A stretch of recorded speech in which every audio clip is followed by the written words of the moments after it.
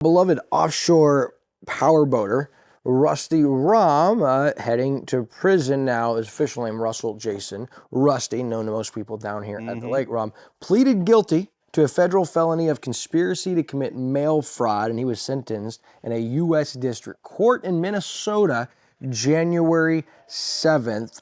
The only other thing I'll add, and then I want to hear your take on this, Uncle Chris, is federal prosecutors say that it's the biggest incident of elder fraud in U.S. history, with 183,000 victims who lost an estimated $335 million. Yeah. Now, Rahm was indicted in October of 2020, so this has been ongoing. But in March of 2019, he had a stroke.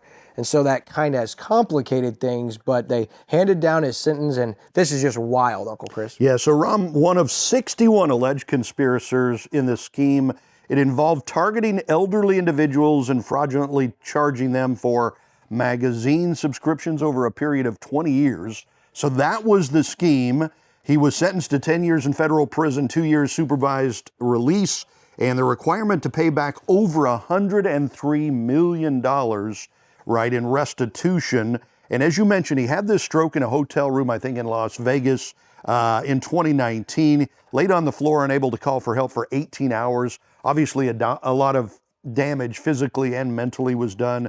So his lawyers asked the court to consider those circumstances and go light on the sentencing. The judge, John R. Tunheim was unmoved by all of that and went forward with that sentencing of 10 years and everything in federal prison. So it's just heartbreaking to see on both ends. You know, it's heartbreaking to see somebody in his condition go to prison where he's likely to die in prison. On the other hand, it was terrible that this is the biggest, scheme against elderly people too. And it's worth noting that it wasn't as if it was in ignorance, as he was listed as the main scheme leader, had numerous companies throughout numerous states that would get people's information and their banking information that had subscriptions, sell those to companies, and that's not where his hands then left the involvement. He would then run the books for those companies he sold the information to as far as billing their clients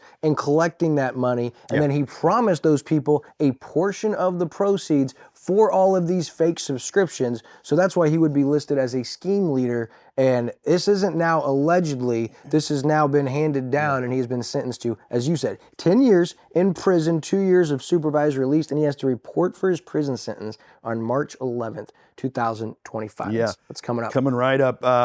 This is so big, they had telemarketers centers in Minnesota, Florida, Kansas, Missouri, Illinois, Arizona, Arkansas, Texas, and Colorado. This was a huge scheme that he had going on, obviously. And he's known around here because he bought Wake Effects, wake boating business in 2012. He sold that in 2017, raced, in the local races and everything. So pretty well known around the lake.